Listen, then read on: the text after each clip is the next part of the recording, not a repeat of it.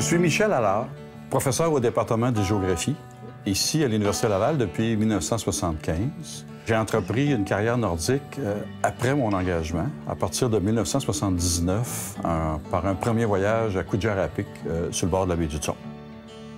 38 ans passés comme un coup de vent, avec beaucoup d'expérience, beaucoup d'apprentissage, et ces apprentissages-là continuent encore. Pour commencer, j'avais le goût d'aller voir. Le goût de la découverte, puis le goût d'une certaine aventure aussi. Le camping, le voyage en avion, fréquenter les Inuits, les Indiens crient aussi chez nous, de notre côté. Ça m'a toujours attiré. Le Nord fait partie de la définition du Canada, hein, les régions arctiques, les régions nordiques. Le pergélisol, c'est très important. C'est le sol qui est gelé en permanence. Pour moi, le pergélisol est au cœur de tout. Il supporte la végétation, il supporte les écosystèmes. C'est un élément fondamental. Les recherches scientifiques dans l'Arctique canadien sont extrêmement importantes. Quand je regarde avec rétrospective tout ce qui a changé, c'est phénoménal.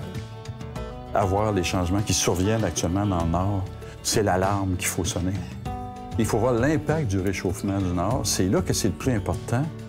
Le pergélisol dégèle, les arbustes et les forêts progressent vers le nord. À mesure que le pergélisol dégèle, l'écosystème est complètement transformé. La vie dans le nord des Inuits en est grandement affectée et c'est un signe que la planète est en train de changer. Ce qui est fascinant dans le nord, c'est que chaque fois qu'on y va, il y a encore quelque chose. On ne sait jamais tout. Les technologies évoluent tellement rapidement, là, des techniques de forage qu'on a développées, des techniques d'imagerie qu'on a appliquées aux échantillons de pergélisol.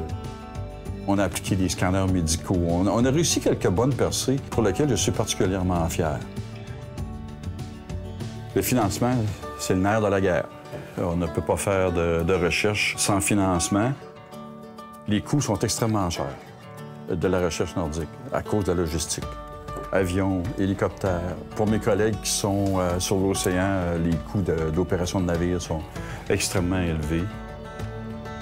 On doit même investir beaucoup en recherche nordique ou en recherche arctique pour jouer notre rôle sur la scène internationale et aussi contribuer au développement et au bien-être des populations du Nord.